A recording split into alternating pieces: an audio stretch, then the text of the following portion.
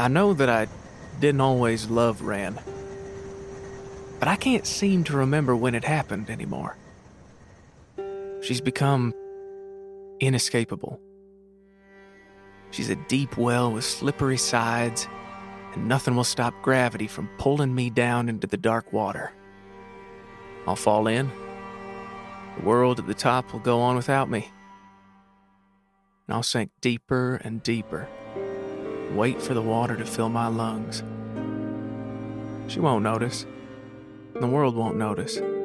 And, I won't care. It's not her fault. She don't know. She don't owe me anything. Just... It's always supposed to have been her. Even when it wasn't.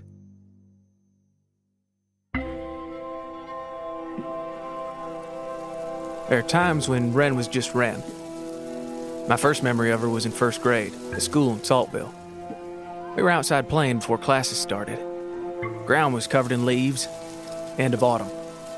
Chill seeped in through our secondhand coats. We had to keep running, keep playing to keep warm. Which is why it was strange to see her just standing at the edge of the playground, by the fence, her back to everyone. She was staring at the ground. It was Janet who saw her first. Hey, Tyler. Huh? She was my best friend. Janet was. Who's that? I don't know. Someone new? What's she doing? What's she looking at? We should be friendly. Come on. The new girl wore a patched dress and a handmade knit cap. Bright red hair. Like some kind of strange fire in the chilly air, spilled out from under it. Hey! Nothing. I wonder if she heard me. Hey, I'm Janet. This is Tyler. What's your name? She turned around then and stared at us. It was unnerving. She had pretty eyes. Even then, I remember how striking they were. No, wait. We were only 6. I didn't think like that then. Ren was just Ren. But she had this sharp, cool expression. Smart and perceptive. She saw us. She took us in, the playground, the school, almost the whole world in a single look, and she just had no reaction to it all. Catherine? Are you new? Am I? She tilts her head as if she doesn't understand the question, and then she turns back to look at the ground at her feet. What you looking at? There's something at her feet, just on the inside of the fence. Small, gray shape. It's a bird. A mourning dove. Dead. Its head is twisted strangely. Its feet are curled up, grasping at nothing. Oh no! What happened? Did you hurt it? No. Did someone shoot it? My daddy says we should only shoot animals that are dangerous or we're gonna eat. Maybe a cat got it. What should we do? Should we tell Miss Adams? Ren crouches and picks it up in her hands, unafraid. Ugh. Janet and I are still kids. We're still afraid of dead things. Or more like, we don't really understand them. They're a mystery hinting at some mortality we'll have to face eventually. My daddy hunted squirrel and possum, deer when he could get one. But I was just 6. I was spared the butchering process. There were animals and there was meat. But the space between the two was unclear. Except, watching Ren fearlessly pick up the dove, it was like she and death were old friends. She turns it over in her hands, watching as its head lolls this way, now that. We should get a shoebox. We should get a shoebox and put it in, and then we can bury it. Oh, you want to bury it? We could hold a funeral. Like they did in that book Miss Adams read to us, about the goldfish who died and the family put him in a box and buried him. Where should we bury it? What about the flagpole? We could see him every day, and we could cry if we need to, and we can remember him. Ugh. Okay. Where can we get a shoebox? Wren ignores us. She brings the bird to her face, and she smells it. Like you might a flower, and then she gently rubs it against her cheeks, feeling the feathers tickle over her skin. And then, without warning, she hurls the bird over the fence, where it disappears into the trees just beyond. Hey! Why did you do that? It's dead. You shouldn't worry about it. I can't tell if Janet's about to bust into tears or throw herself in anger at the new girl. She glares at her, fists clenched, confused. But Wren just stares right back, unmoved and unthreatened. Instead, she points to the swing sets. What are those? What? Those? Those are swings. Never been on swings before? No. Well, come on. I'll push you. You too, Janet. Okay.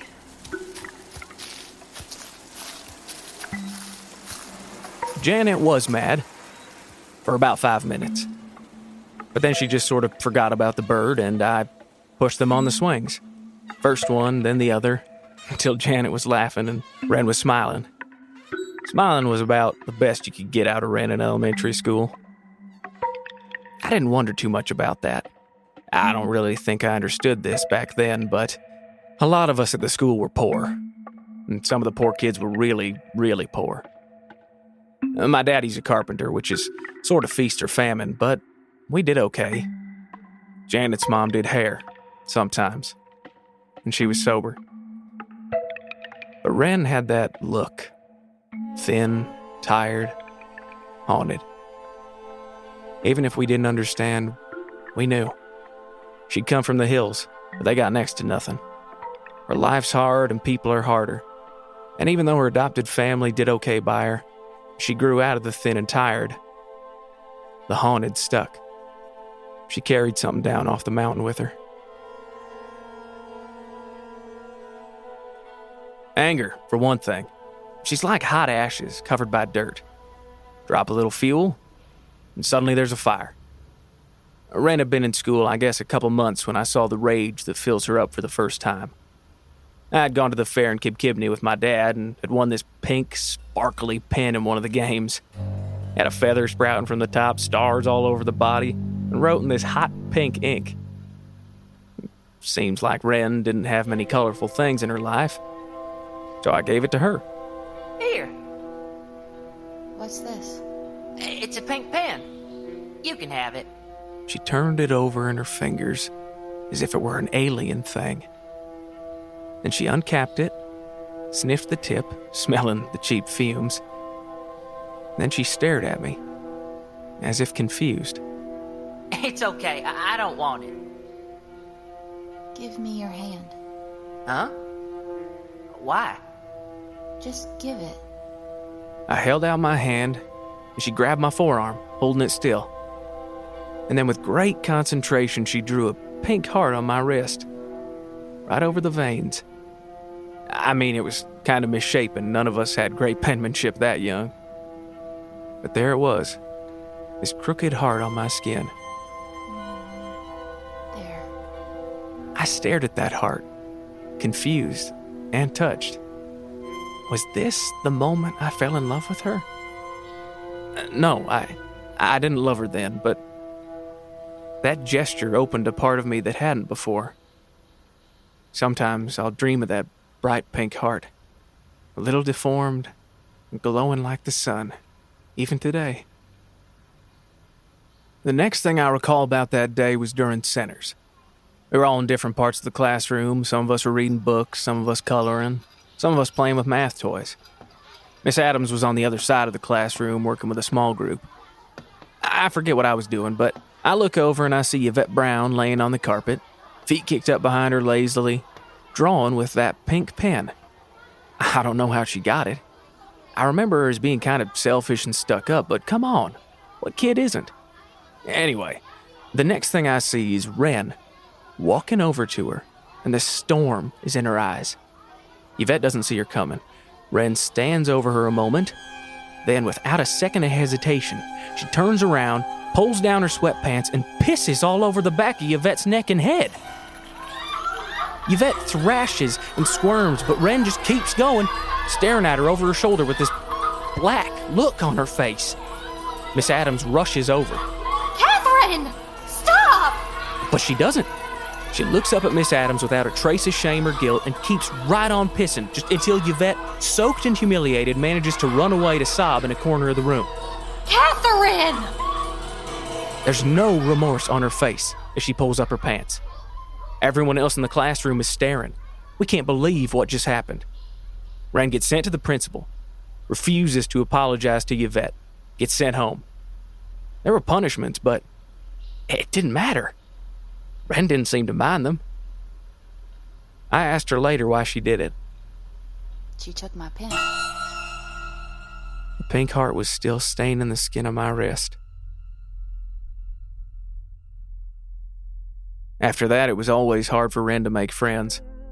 Everyone was scared of her. Even Janet kept her distance. She really only stayed friends with Wren because I was friends with both of them and always tried to include them in whatever I was doing. I knew Janet had it rough at home and Wren was alone on that bleak farm. I just figured we'd all be better together. Anyway, Janet changed her tune about Wren a couple of years later. Janet was absent from school for a few days. When she came back, she was walking slow. She seemed withdrawn and sad. Wouldn't talk to the teachers. It was late August and hot, but Janet was wearing tights under her dress. At recess, the three of us hid out of view from everyone else behind this ancient AC unit, water trickling out and muddying the ground around it. Come on, Janet. Tell us what happened. Janet pulled down her waistband just enough to show us. There were makeshift bandages on her belly, below her navel and across her hips, some of them still bloody. Her mother's latest boyfriend had taken a broken bottle to her, cut her up, did other things. She started crying again, more from the shame than the pain she felt. I watched Wren kneel down in the mud, studying the bandages with this intense curiosity for a few moments, before she said, It doesn't matter. At first, I was angry. I thought she was calling her weak, telling her to get over it. But then Wren turned around, lifted her shirt, showed us her bare back. There were scars there, old strap marks where she'd been beaten by a belt. There were long cuts, too, like white rivers running alongside her spine, jagged and rough, angry looking. See? These weren't fresh, though. She hadn't gotten them from her new parents. They were from before she was adopted. She pulled her shirt back down and shrugged at us. It doesn't matter. We're still here. Come on, Janet. Tyler is going to push us on the swings. And I did. Janet felt better, and in a few days wasn't limping anymore. The two girls became best friends. And that was us until we went to middle school. That's when the changes started. I mean, that's a hard time for any kid, but it was really hard on all of us. We were all growing, changing, filled with new feelings, carrying anger and fear from childhood. But we had nothing to do, nowhere to put all that. Library shelves were bare. There weren't that many school clubs. We lived so spread out, and our parents were either working or passed out or missing. What were we supposed to do? Play bingo at the VFW? Go hiking on the trails? The trails were for tourists. You'd see them drive up in their expensive cars, tour the old mill, complain about the heat, and drive off again, taking their money with them. Now, even at 12 and 13, we absorbed the anger of our world. And we put it into violence or tried to blot it out, chasing oblivion. It was in middle school that she started going by Wren instead of Catherine. And then, as if she decided it was so, she started calling me Ty. She was starting to soften. Okay, a little. I know every kid looks to their peers to learn how to behave, but I think with Wren, it didn't come naturally. I saw her a few times, watching other students, and mimicking their facial expressions. The way they talked and carried themselves. She had to practice, I guess. The only thing that came natural to her was anger. But I didn't realize how angry she was until 8th grade. Ren matured early. By 14, she'd already filled out. She's not voluptuous or anything. She has this wiry quality to her. But many boys couldn't take their eyes off her. I know that while I noticed her body then, I still didn't think of her that way. She was my friend. That was all. I think. I'm sorry, it's hard to remember clearly. The present keeps coloring the past. But, right, 8th grade. There was this kid, Colt. Opioids had flooded the mountains. Meth was still a popular choice, too. Colt's older brother was a dealer. Kinda big time for Saltville anyway. Had his own little gang, and Colt was a kind of mascot for it, I guess. Colt's brother was hot shit, so Colt thought he was too. There was an assembly. Most everyone was already there. I had to go to the bathroom, and Ren was getting something from her locker. She said she'd wait for me out in the hall. Colt was in the bathroom, alone, with a black marker, writing racial slurs and dirty words on one of the stalls for his own amusement. He even managed to spell some of them right. I didn't say nothing. No one messed with Colt for fear of his older brother. He just sneered at me and left. So I did what I came in to do, washed up, and went out into the hall. But Ren wasn't waiting for me at her locker. Ren? I immediately guessed what had happened. There was a stairwell at the end of the hall. A little secluded corner, there. Come on, show me what you got. I know you got good ones. You're shaking them around all the time. Come on, playboy. Heard you pulled down your pants in kindergarten. This ain't no different. He'd backed her up against the wall. She was taller, but he was stocky. Heavy bones knitted with cruel muscle. He was leaning in, his grubby hands on her, his crooked teeth bared in a sick smile. Ren was very still, tense, staring at him. She seemed frozen. He hadn't seen me yet. You got that red hair, playboy? Does the carpet match the drapes? His hand went down the front of her jeans. She didn't react at all. Her pupils were big black pools. Like she was just processing all this, studying him. Let her go! I punched him in the ear. He fell off, rounded on me. We struggled a moment, then he got me across the nose. He hit me again and I crashed to the floor. Blood filled my mouth. Motherfucker! I'll fucking kill you! I think he meant it too. He dropped on me hard. He's glowing with rage. Fucking bitch! He beats me over and over until she has him. One hand yanking his hair back hard, the other gripping his head. He struggles a moment, but then she digs 2 fingers into his eye and pushes. Blood spurts from his face, raining down on me. She twists her fingers deeper and deeper until she's up to the second knuckle. And then, with a scooping motion, she pulls out whatever's left of his eye.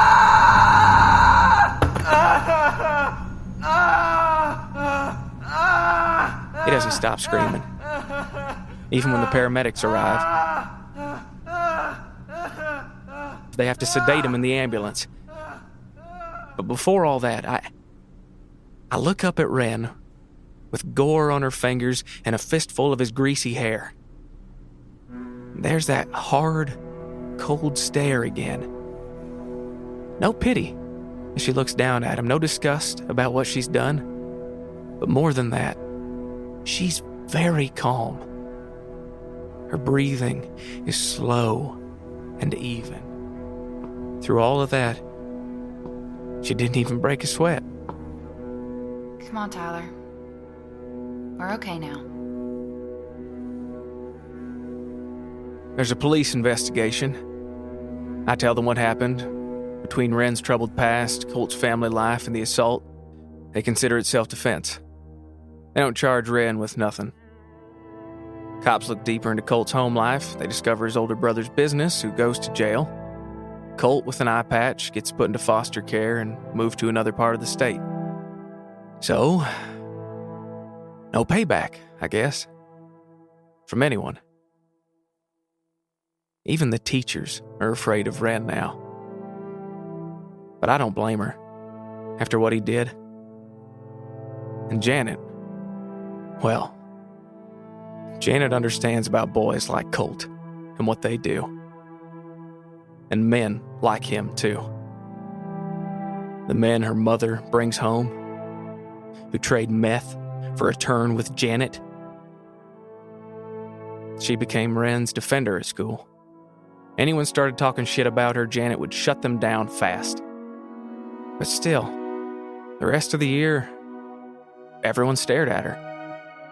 And us. When the year ended, I think we hoped high school would be a new start. After what happened, Wren's adopted parents kept her at home all summer. They were afraid too. I only got to spend any time with her one late July night. Janet and I hatched a plan to sneak her out and go night swimming at a lake near her family's farm. It was warm and clear. Pine trees threw shadows over the gently rippling water and the little fishing pier we sat on. Janet and I had worn our swimsuits under our clothes, but when Wren undressed in the shadowy dark, she wasn't wearing anything. Janet and I both stared as she slipped into the water. I can't believe you're doing this. Skinny dipping? It feels good. You should try it. I can't. Why not? Well, Tyler is here for one. Hey, I don't mind. Shut up, you! It was just banter. I didn't really think of either of them that way. But I was 14. It was hard not to think of that stuff. You know, generally. Oh, come on, I dare you. I can't. Janet wraps her arms around herself, stares down at the dock. There's a haunted look in her eyes.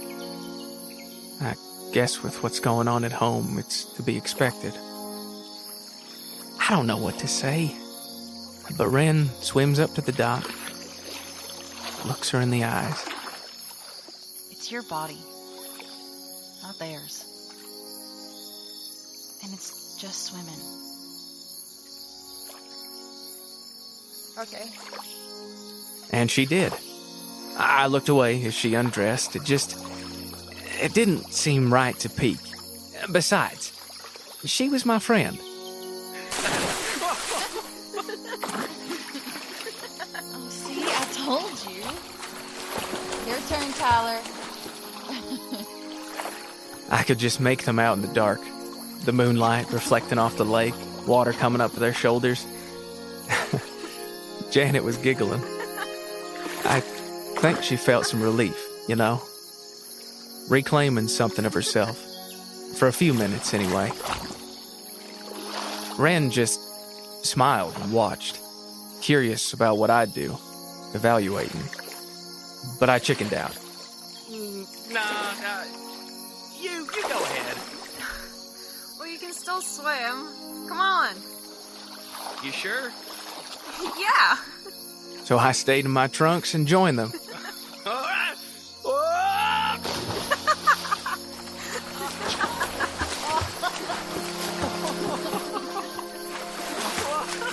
So we swam in the dark water under a dim moon. I think all of us shed some of the weight we carried on our shoulders, at least for this one night. Even Wren laughed. Some. Eventually, we climbed onto the dock. Wren wrapped herself in a towel and lay down, staring up at the sky. Janet got her clothes on and joined her. So did I, dripping onto the rough wood of the pier.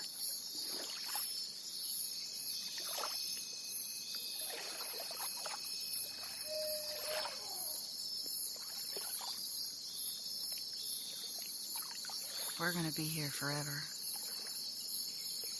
Oh, what do you mean?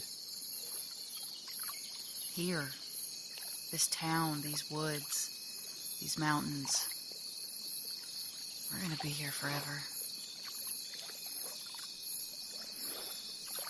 God, I hope not. Oh, would it be so bad to, I don't know, stay here and start a family or something? I can't. Can't stay? Can't have children. It's what the doctor said. I'm tore up inside. Scar tissue. Nothing works right. I'm sorry. Do you want a family, Ren? I have never even thought about it. No.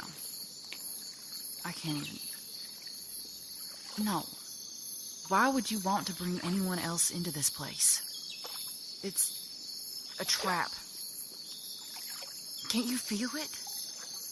Don't you feel the world reaching out for you like hands tugging you down, down, down into the earth, weights on your limbs, stuck, trapped here with stupid kids and useless adults, stuck here forever. It makes me so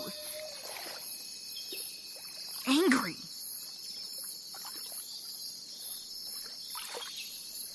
I'm not staying here. First chance I get, I'm leaving. I don't know how or where, but I can't stay here. I'm getting away from my mom and all her boyfriends, and I'm never coming back. Do you think it'll be better somewhere else? It has to be. I reach over and I take her hand. On the other side, Ren does the same. She holds on tight like she's starved for the touch. You know, my dad says you can build a good house most anywhere if you know what you're doing and you're with the right people. I hope wherever we end up, we're still together. Let's all leave together then. Right after graduation, we'll go. The three of us. Where will we go? Anywhere but here. Are you in? Yeah. Ren? Yeah, okay. But both of us knew that behind that faint, moonlit smile, she didn't believe it. This would be the last time the three of us were unguarded with each other. I think I could have fallen in love with Ren then, but I don't think I did. In a few years, after high school, I'll see Ren naked again, only clearly. The two of us will make love. I'll be awkward and confused, but she'll move like a dancer, like she knew my own body better than I did.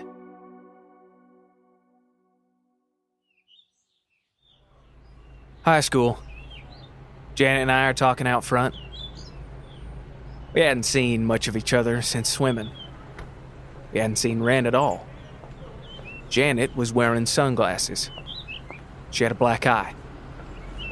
But Janet never gave away too much of that part of her life at school. Hey. Hey. So, high school, huh? Yeah. 4 more years. Yeah. You joining any clubs or sports or anything? Yeah, thinking about it. Anything to keep from going home. I'm thinking about basketball. Maybe track. Track?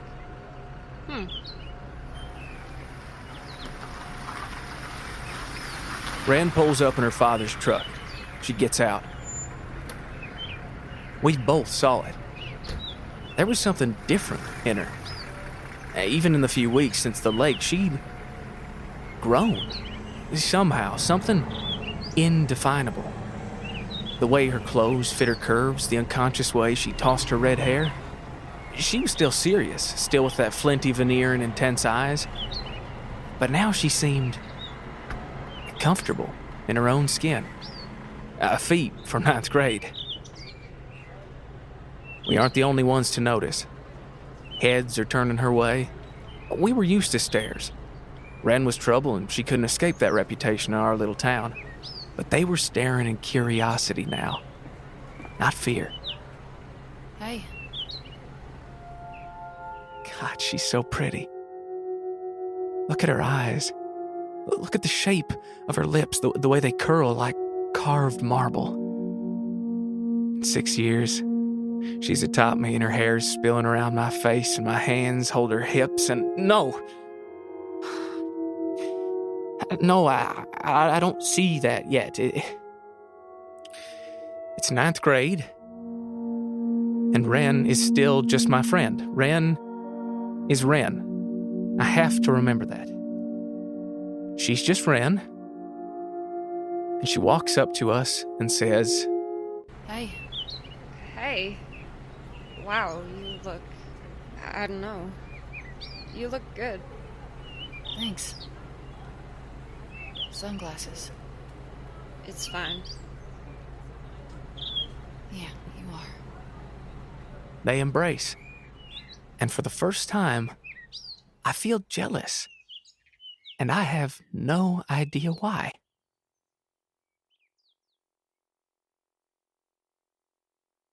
I got on the basketball team. The exercise did me good. I grew into my gawky frame, put on a little muscle. Janet did join track, training to do cross-country, 5K, 800 meter, whatever the longest distance. That's what she ran. But Wren found boys. I should say they found her. They were drawn to her like iron filings to a magnet. They'd twist when she walked past, orienting themselves to her aura. She didn't even have to do much. A glance was often all it took, and they'd approach, say hi, offer to carry her bag, offer to help her with homework, tell her how pretty she was, and she let them. She spent her whole life on the outside, angry and alone. The attention must have felt good. And it was the teachers, too. Mostly the men, but even the women seemed to take it easy on her. Missed assignments forgiven, misbehavior let off with a warning, tardiness left unreported. She bought some history paper off the internet, and Mr. Dobson confronted her on it, threatened to fail her. I'd seen the cheerleaders toss their blonde hair, pout a little to try to get out of similar situations. But not Wren. She just looked him straight in the eye. She placed her hand atop his. You don't really want to do that. And his eyes got huge. Suddenly he was blushing, trying to cover it with a cough. He turned away, and so did she. And that was the end of that. I asked her about it later. I don't know. People do whatever you ask if you know what they want. Figure that out, and you can make anyone do anything.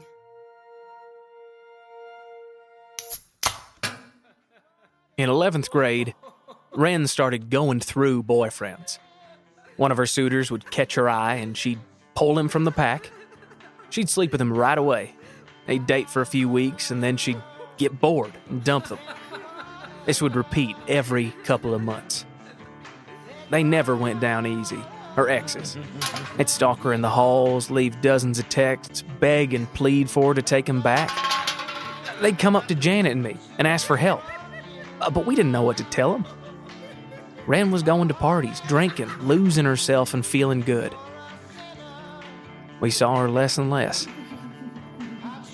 She was dating this guy from the basketball team, Frankie, a senior. They'd been together a couple months. There was a party at his place. I was there. We were all pretty drunk.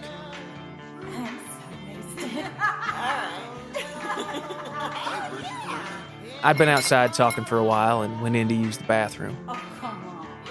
Please. Don't say that.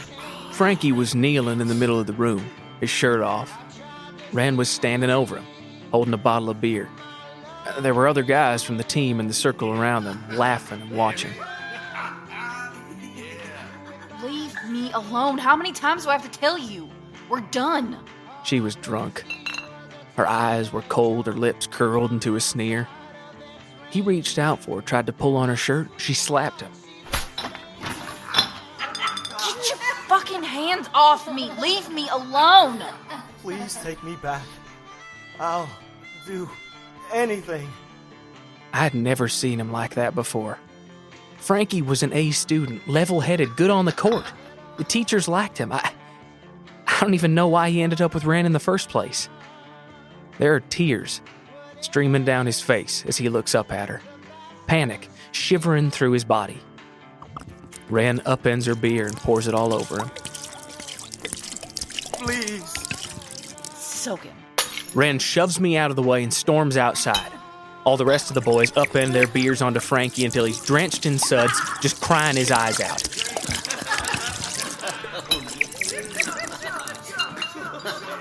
I run after her.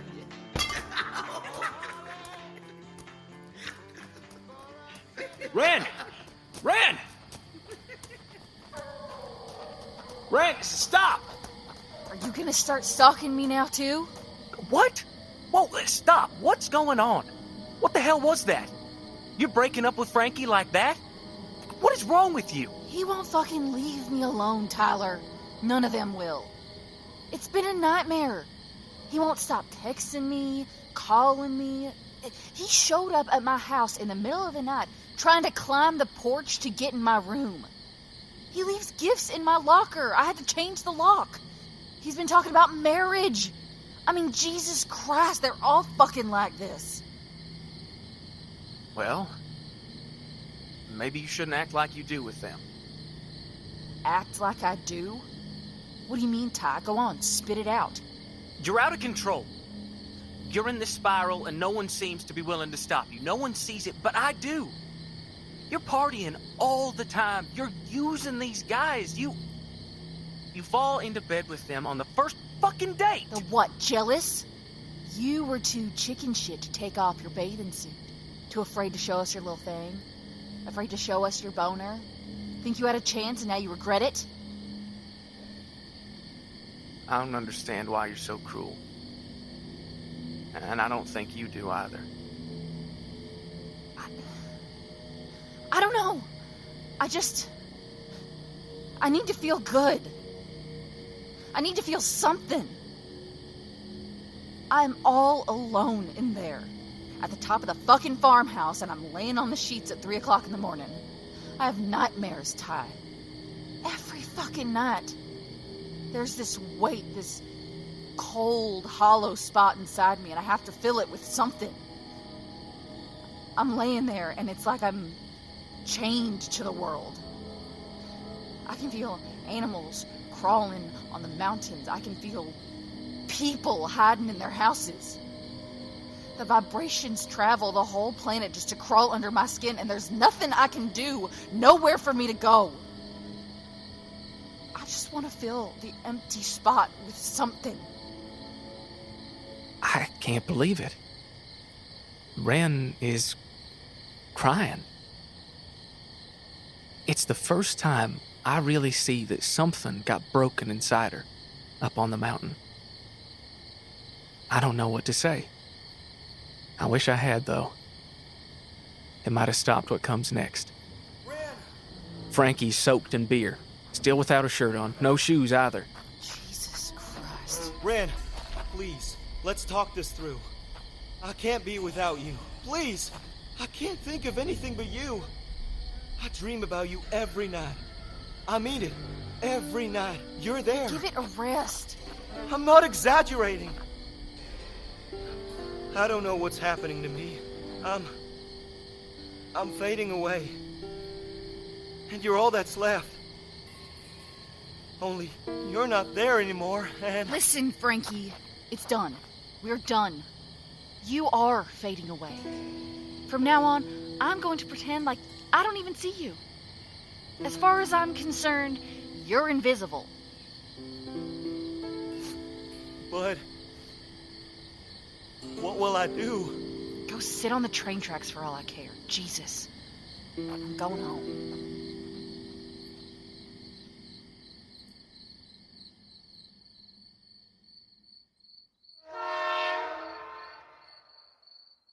The CSX freight train was 150 cars long, stretched a mile and a half, and it was traveling at full speed, 50 miles per hour, loaded with coal and bound for Charleston, South Carolina. It was around 4 a.m. Frankie didn't stand a chance.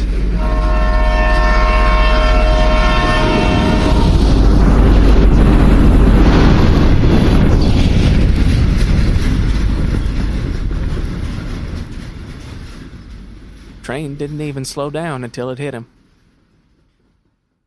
There was a note left by the tracks where he'd been waiting all night. It was on a ripped piece of notebook paper. It just said, Do you see me now? The police came and talked to Wren, and to me again. But just like always, it came to nothing.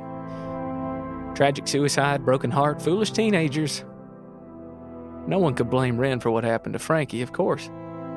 But everyone did. My dad was angry with me that I was at that party, so I was grounded for the rest of the year. I think, though, he did it to keep me away from her. But Wren made it easy. She avoided me. She avoided everyone, except for Janet. She and Janet still sometimes talked. She's confused and sad, I think. She hasn't been sleeping. Yeah? I bet she feels guilty about Frankie. I don't know. I can't tell. She doesn't talk about it much. Well, what do you two talk about then? Usual stuff. TV, homework, what we're going to do after graduation. Why are you still friends with her? Because we both have scars, inside and out, and because we both get attention from men we don't want, and because she's alone.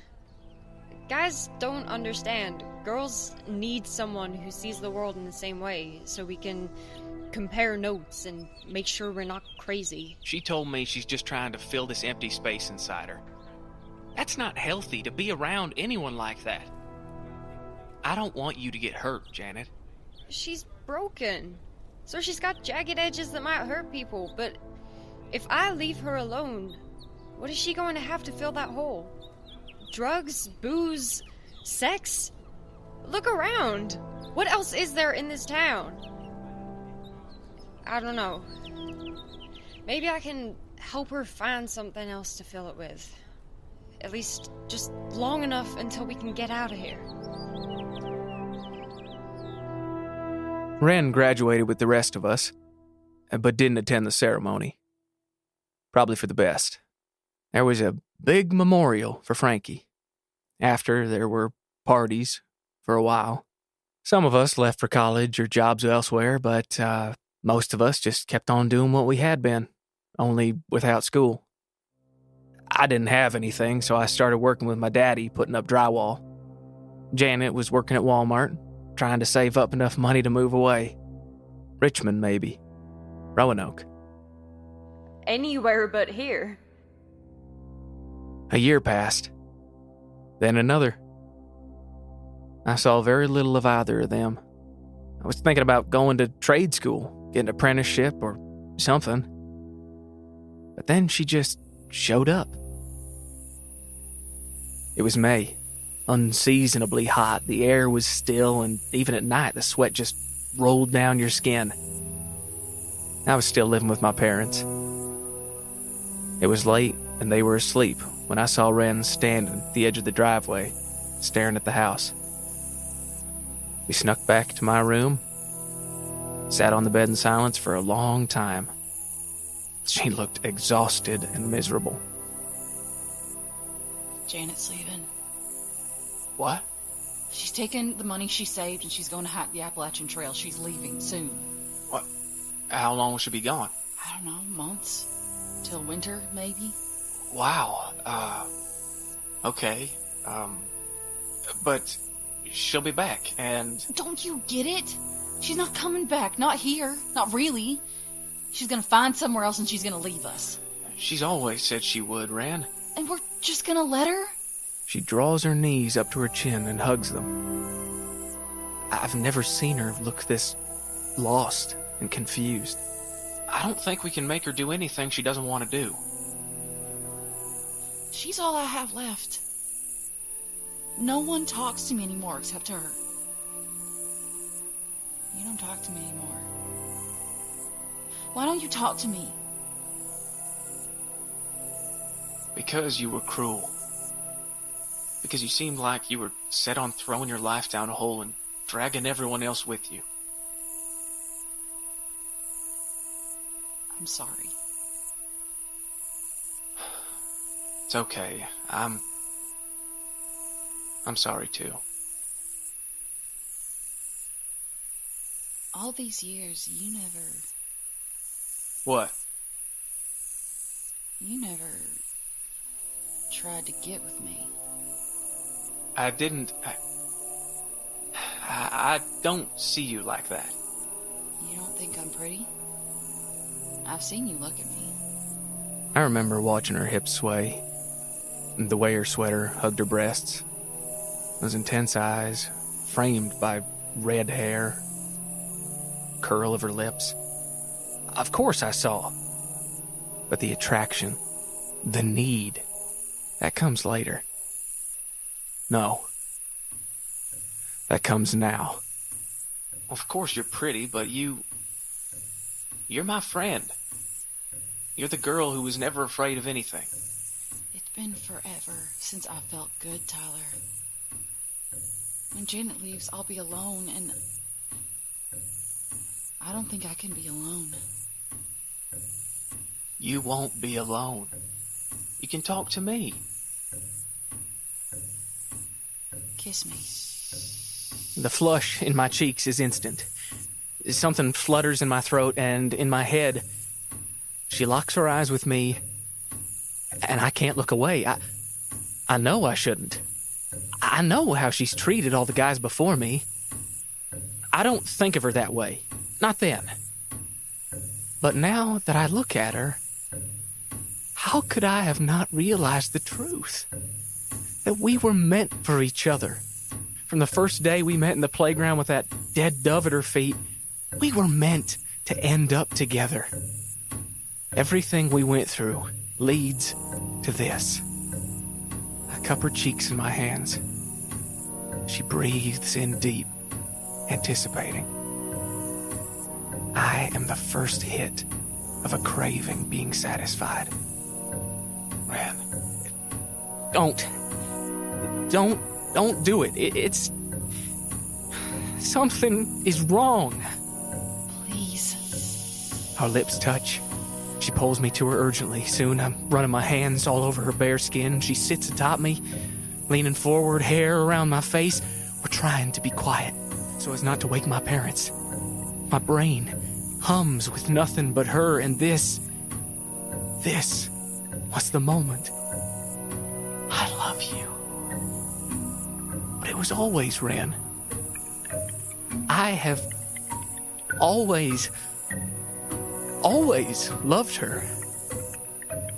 The misshapen pink heart she drew on my wrist is incandescent. I love you too. Yes. Always.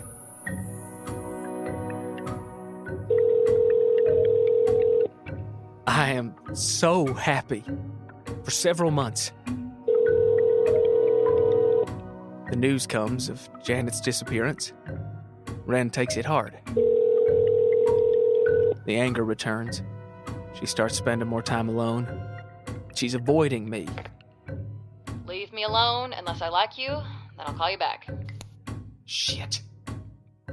And then she says she wants to break up. I don't understand. All those years to find each other, and now she wants to call it off? She's not thinking clearly. She's upset over Janet's death. I mean, I understand. I am too. just need to talk to her. We'll get through this. Together. What is your problem? Ren, where are you? No, I asked you a question first. What is your problem? What do you mean? I was trying 19 times! You texted me 19 times in the last 2 days, Tyler. You've called, you've left voicemails, and I didn't answer. What does that tell you? Ren, please, I can't believe I have to say this again, but I want to be unambiguously clear. We're broken up. We're not dating anymore. You can't keep stalking me like this. I'm this close to blocking you with all my other exes. Why haven't you blocked me then? Because you were my friend. Because we've known each other for so long, and I mean, that's all messed up now, and I don't want it to be, but you're out of control. And I thought you were different. I'm sorry, I love you. I know. Love screws everything up. But please, stop calling. Stop texting, or I will have to block you. Can you just tell me where you are? I'm worried. No one's seen you around. Abigail said you just took off yesterday. Ty... I can't stop thinking about you, Ren. You took off, and I don't even know where you are, and I feel like that if I don't get the chance to talk to you again, I'll... You'll do what Frankie did? Ren, that's such an awful thing to say. Is it? Because you're starting to act a lot like he did. Jesus, every time. I'm not going through that again, do you understand? So I'm gonna ask you again. Tyler, are you going to do what Frankie did? No. Good. Because I liked you better than Frankie. Will you please just tell me where you're going? I'll feel better if you just tell me. I'm going to Kill Run. Why? To look for Janet? Ren... Don't treat me like a mental patient. Don't pity me. Everyone's given up on her. The cops, her family, and I can't. You and she were my only real friends, and now... Well, now you're both gone. I'm not gone, Ren. We can still be friends. That's not how this works. Maybe it can. Just give me a chance to make things right, please. Ty? You're breaking up. Mountains. Ty... Please, I love you. I can show you if you'll just come home.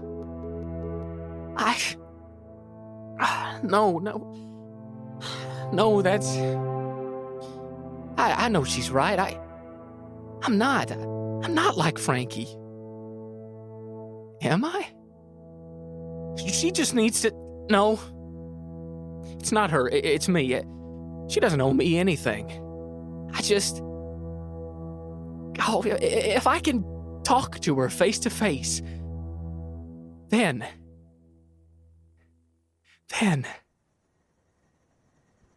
everything will be happy again.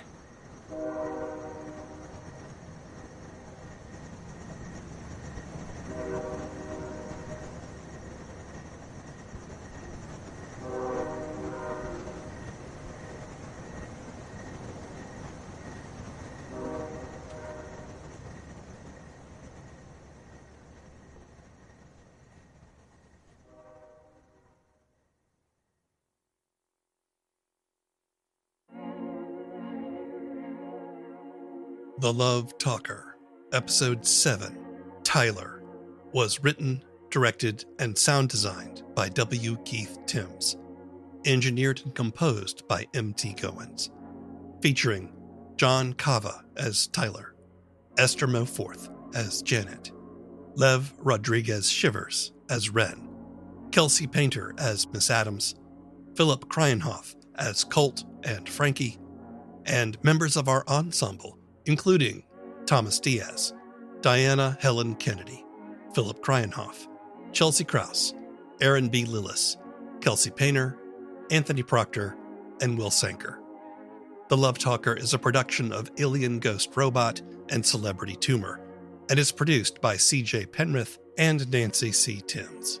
For more information, visit thelovetalker.com. Please tell your family and friends about the show, and leave stars or reviews on your favorite podcast platform. And be careful out there on the mountain.